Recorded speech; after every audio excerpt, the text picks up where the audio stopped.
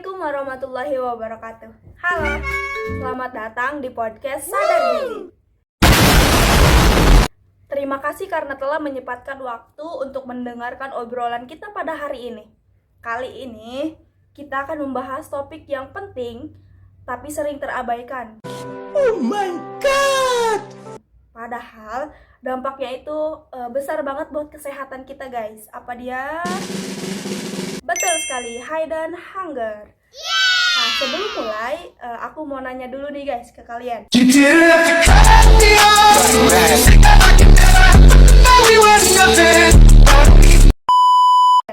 Menurut kalian, orang yang kelihatannya sehat, apakah mungkin dia masih kekurangan gizi?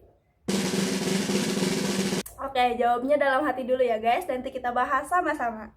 Oke, jawabannya adalah bisa banget ya guys, karena inilah yang biasa disebut sebagai hidden hunger. Mungkin sebagian orang mikir kelaparan itu identik dengan perut kosong, kurus kering, dan gak ada makanan. Tapi nyatanya ada juga kelaparan yang gak bisa kelihatan. What? Inilah yang biasa disebut sebagai hidden hunger. Fenomena ini sering terjadi bukan hanya di daerah terpencil saja, tapi juga bisa di kota-kota besar. Karena pola makan modern cenderung tinggi karbohidrat dan lemak. Juga minim vitamin sama mineralnya.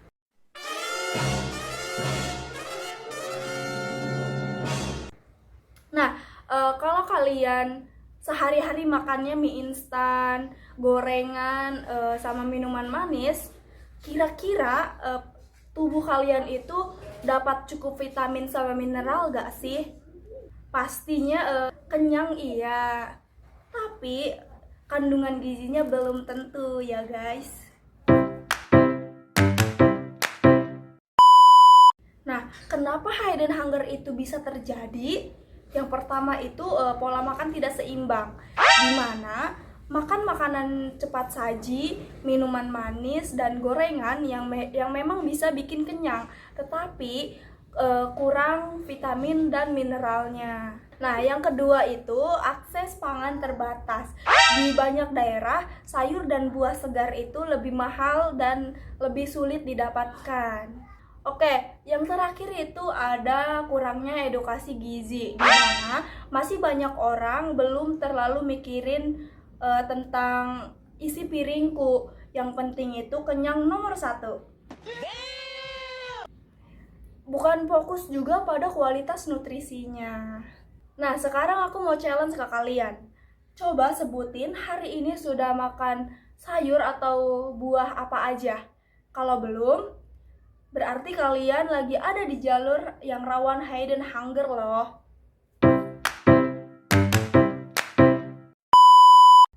Coba bayangin dampaknya. Yang pertama pada anak-anak, di mana bisa mengalami stunting, gampang sakit, susah konsentrasi saat belajar. Pada remaja dan dewasa juga bisa menjadi cepat lelah dan produktivitasnya berkurang. Pada ibu hamil, bisa beresiko komplikasi meningkat dan bayinya lahir dengan berat badan rendah, bahkan bisa cacat lahir karena kekurangan asam folat. Bayangin deh, dampaknya bukan hanya ke individu, tapi juga ke masa depan bangsa kalau banyak generasi yang tumbuh dengan gizi yang kurang. Oh my God! Wow! Inilah sebabnya kenapa hidden hunger bisa disebut tersembunyi. Gejalanya samar, tapi konsekuensinya besar. Nah, menurut kalian, kalau banyak generasi muda yang kekurangan gizi, apa yang bakal terjadi sama masa depan bangsa?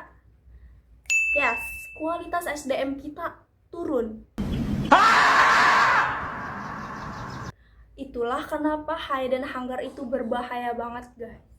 Menurut WHO, lebih dari 2 miliar orang di dunia masih mengalami kekurangan mikronutrien.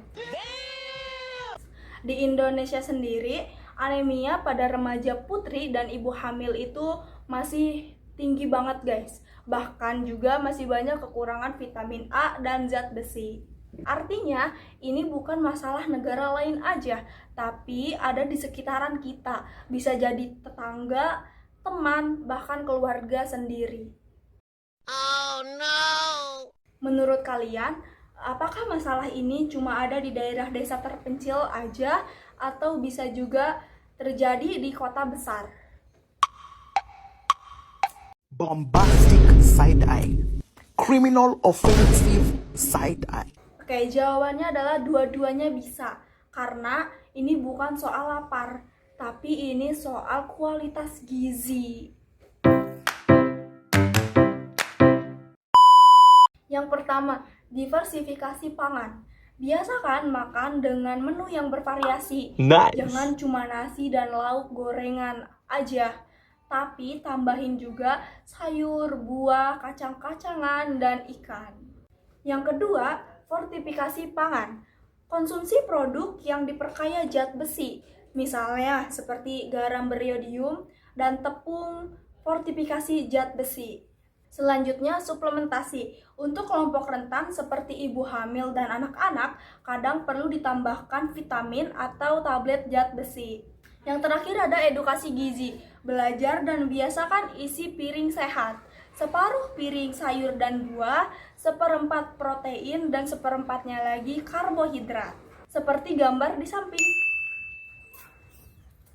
Kalau kalian disuruh pilih langkah pertama, mana yang paling gampang untuk kalian lakuin besok? Tambah sayur dan buah, pilih makanan fortifikasi, atau mulai cari tahu info gizi seimbang? Pilih salah satu, lalu praktekkan. Nah, di kesempatan kali ini di ruang pembahasan, saya sudah melakukan survei secara media sosial. Nah, ada beberapa pertanyaan yang saya ambil. Berikut pertanyaannya. Oke, dari pertanyaan tersebut, ini saya bacakan. Kak, apa sih penyebab dan cara mengatasinya? Jadi, hidden hunger itu kan sebenarnya kelaparan tersembunyi. Bukan karena kurang makan, tapi karena tubuh kekurangan zat gizi penting seperti vitamin dan mineral. Biasanya juga terjadi pola makan kita kurang beragam. Misalnya, terlalu banyak karbohidrat tapi minim sayur, buah, atau sumber protein hewani. Nah, bisa juga karena faktor ekonomi, akses makanan bergizi yang terbatas, atau kebiasaan pilih makanan instan. Nah, untuk mengatasinya sendiri, kita bisa mulai dari hal kecil. Biasakan makan beragam warna di piring kita. Ada karbohidrat, lauk berprotein, sayur, dan buah-buahan. Kalau sulit, bisa juga lewat fortifikasi makanan seperti tepung atau garam yang diperkaya zat gizi. Untuk konsumsi suplemen juga bisa dianjurkan ya guys buat tenaga kesehatan. Intinya, makin beragam makin baik buat tubuh kita. Oke, pertanyaan selanjutnya itu ada, emang kelaparan tersembunyi itu apa sih? Nah, jadi kelaparan tersembunyi atau hidden hunger itu kondisi saat tubuh kurang zat gizi mikro seperti zat besi, vitamin A, zinc, sama meski kita makan tiap hari. Penyebab utamanya, yang pertama itu pola makan monoton seperti yang jawaban pertanyaan pertama, terlalu banyak karbo dan sedikit lauk dan sayur buah. Sama akses gizi juga terbatas atau kebiasaan fast food. Dampaknya bisa energi drop, fokus menurun, dan daya tahan tubuh lemah. Bahkan ganggu tumbuh kembang anak.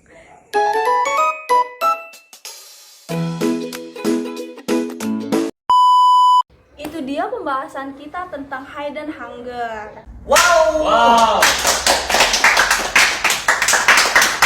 Semoga setelah mendengar ini, kalian jadi lebih sadar betapa pentingnya makan dengan gizi seimbang. Jadi kesimpulannya, hidden hunger itu nyata, bisa dialami siapa saja dan dampaknya besar banget. Makan kenyang bukan berarti cukup gizi. Pertanyaan terakhir sebelum kita tutup. langkah kecil apa yang bisa kalian lakukan untuk mencegah hidden hunger pada diri kalian sendiri atau keluarga kalian. Nah, renungkan baik-baik ya, karena perubahan besar selalu dimulai dari langkah kecil.